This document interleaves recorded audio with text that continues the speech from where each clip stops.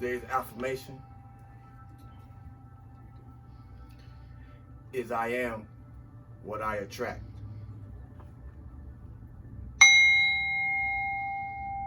I am what I attract.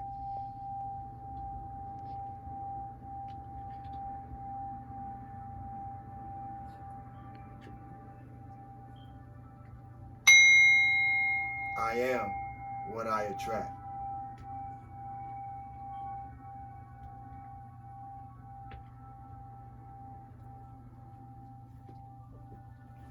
I am what I attract.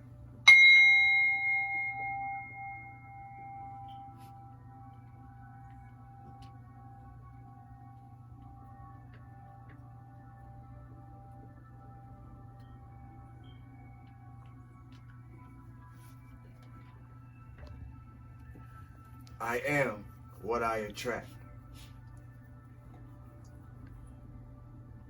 Why is that important as an affirmation? Personally, I find that good to acknowledge as an affirmation because we are what we attract. But many times, when we're attracting unwanted, or when we're attracting uncomfortability, or when we are attracting hardship, we don't identify with it as in relation to oneself. We don't identify ourselves as having attracted that through some type of shape, way, or form. Attention, clout, and money. What do people really want from you? What do people really want from us? Attention, clout, or money. And I remind you, it's all energy. So when it comes to attention, clout, or money, in any form or fashion, what do people really want from us?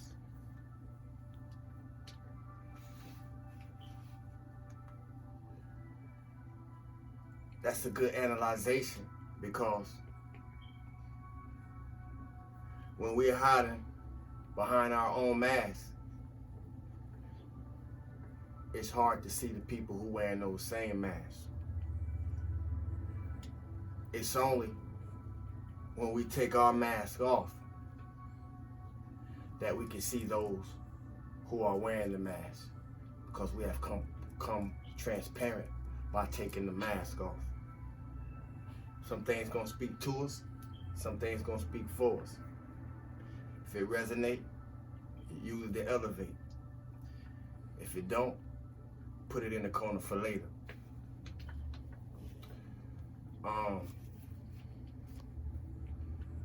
We was once toxic.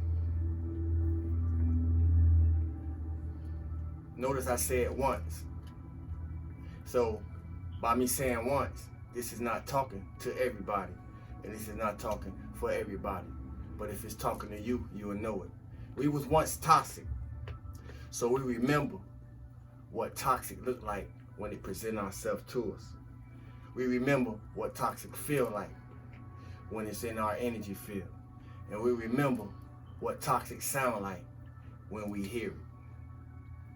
We was once toxic, so we remember its presence. Like I said before, this ain't gonna speak to everybody in the same way that it speaks to somebody's. But parasitic programs are planning against those who doing spiritual work. Parasitic programs are always in planning for those who are doing spiritual work. The only thing that those who operating in parasitic programs underestimate is, for those of us who doing the work, is that we be planning too. We stand on our shit. We continue to do the work. So by saying that, by declaring that, not just for myself, but for the collective, we ain't playing no games. We're not playing the same mind games. We're not playing the same psychic games. We definitely not playing no spiritual games, because hopefully your ancestors ain't playing about you the way mine ain't playing about me, if you're doing the work. If you're doing the work. See, Our spiritual help come by way of doing the work. Our spiritual building up our spiritual forces come by way of doing the work. It ain't no shortcuts. I'm sorry. I wish it was, because if so, I would have took them. You know, it's a lot of passageways, secret passageways, but it ain't no shortcuts. We got to do this work. Ain't no playing the game. Ain't no playing the same games. And if we ain't playing the same games with ourselves, we're gonna be able to recognize those who still playing the same games with themselves, thinking they could play them with you. Because people who got too much sense got so much sense that they don't even realize that it's recognized. People who got too much sense got so much sense that they don't recognize that it's recognized. We feel y'all though. To those who struggling, to those who find themselves going through challenging times, challenging moments, challenging thoughts, through what we experience, I remind you to stay encouraged, stay plugged in, stay grounded, no matter how cloudy it get. The sun is always shining, no matter how cloudy it get. Cause I go through challenges too. Every day is not the same, but every day I have to find a way to feel good for no reason at all. I have to get myself there so it can be done. So no matter how cloudy it get, just remember, the sun still be shining. All we gotta do is find whatever it takes to just get above the clouds. Just get above the clouds. It's not easy, but with practice, dedication, diligence, and perseverance, we can get ourselves there. And we can get ourselves there to a state that once we get there, it's easy to stay there. It's way more easy once you get there, after you get there, to stay there than on the way to getting there.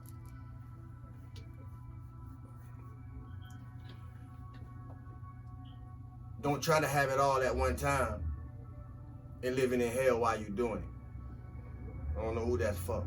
Don't try to have it all and be in hell. Living your best life, living our best life, don't always have to do with what we have in our life. Living our best life has a lot to do with, that I'm finding in as I grow older, living our best life has a lot to do with where we at in life, where we at in ourselves. For those who understand not only what I just said, but understand their self in it, oneself in it, as within and without, we also comprehend that we're here to have our own experiences, not to control the experience of anyone else. We need to be reminded of that. We're here to have our own experience, not control the experience of anyone else, spiritually or otherwise. And by doing so, they would take notice of the way that we shapeshift. Concentrate on your path, and in doing so, others will take notice through your shapeshifts. Maturity, when it comes to maturity, in any shape or form, maturity allows us to see things in ways beyond what we had to grow through and what we have to grow through, because we're growing every day, regardless of who would want to appear otherwise. Maturity allows us to see things way beyond the growing up that we had to do, and the growing up that we still have to do. It's a continuous self-development is a continuous journey. It's a continuous journey. There is no destination. We have to keep moving with it. And as long as we're able to keep moving with it, for those of us who find ourselves under attack, spiritually attacked, psychic attack, any kind of attack, just remember, It's hard to hit a moving target when the target know how to be still in its movement. I'm going to say it again. It's hard to strike a moving target when the target know how to be still in all its movement.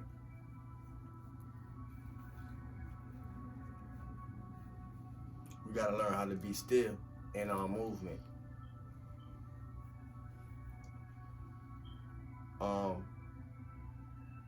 For those of us who are doing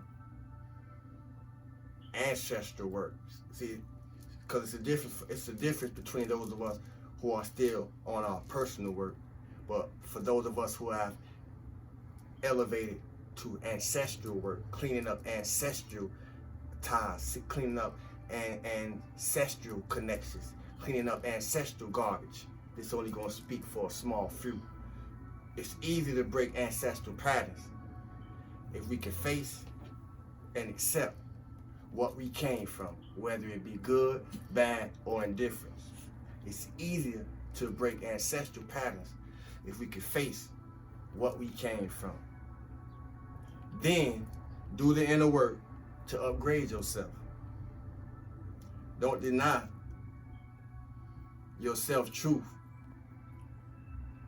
on your journey to looking for truth. It's a crazy observation, because I understand the desire to want to reach different spiritual places, different types of development, and I'm only speaking spiritually because I really didn't come here for nothing else. However, I am operating in the material plane, so I have to make my survival here. But it's so easy, and it was easy for us to lose ourselves, because if we be honest, only in the last 10 years, people have been waking up to this knowledge and information that's been around for centuries. Otherwise, we wouldn't have had no breadcrumbs to do this work off of. But it's so easy to want to be better, to want to do better, and become better, and have a problem accepting the traits, characteristics, and behaviors that's a part of our makeup, because how disgusting it might be, how ugly it might be, or how dark it might be, whether it's of our own personal accord or DNA, ancestry, what we come from. I understand, but I'm gonna say again, don't deny your self-truth, seeking truth about yourself. Don't deny your self-knowledge, seeking knowledge itself. How that's gonna work? When you got power in your word, we need to be reminded, for those who have power in their word. And everybody can speak powerful words, but for those of us who have power in their word, because it's a difference. When you got power in your word, family, remember, it ain't what you say more than it may be how you say it.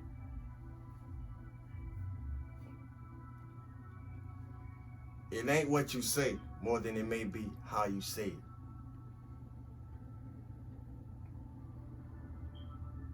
When our actions speak for us,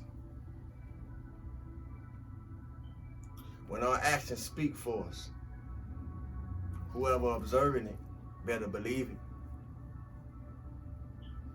How many times does it take for us to realize that hurting people hurt people? And if you're hurting, you will never recognize how what you may be experiencing is only because we dealing with hurt people. Hurt people. But when you're healed, when you moving yourself from that space into higher spaces, working through what needs to be worked through and work it about us, then we begin to see these things, and we get to understand these things, and we get to express these things that we are being shown to help others heal through the hurt. Because many times we accept the program that we have been taught to accept until we learn a new program and learn how, and in consequence to learning a new program, we learn how to accept other things. You can't help them heal if you ain't healed. And many times, what we working through in us, we are activating others to show us what we got, what we still got work to do on. We experience this on many levels,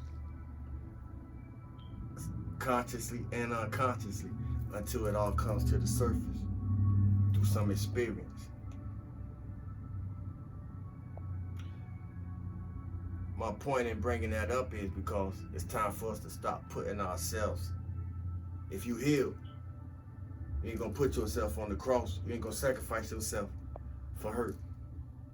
If you can't help the situation, you're gonna remove yourself from it. We gotta stop sacrificing and martyring ourselves for hopeless situations. Unfortunately, we do have hopeless people. People that don't want to change. People that don't want to get it. And they'll waste your time acting like they do. We got to learn how to recognize this, family. Attention, clout, money. It's all energy. What do people want from you? It's okay to dialogue. It's okay to conversate. It's okay to build with others. But how much do you really trust yourself? How much do we really listen to ourselves? That's more important than anything externally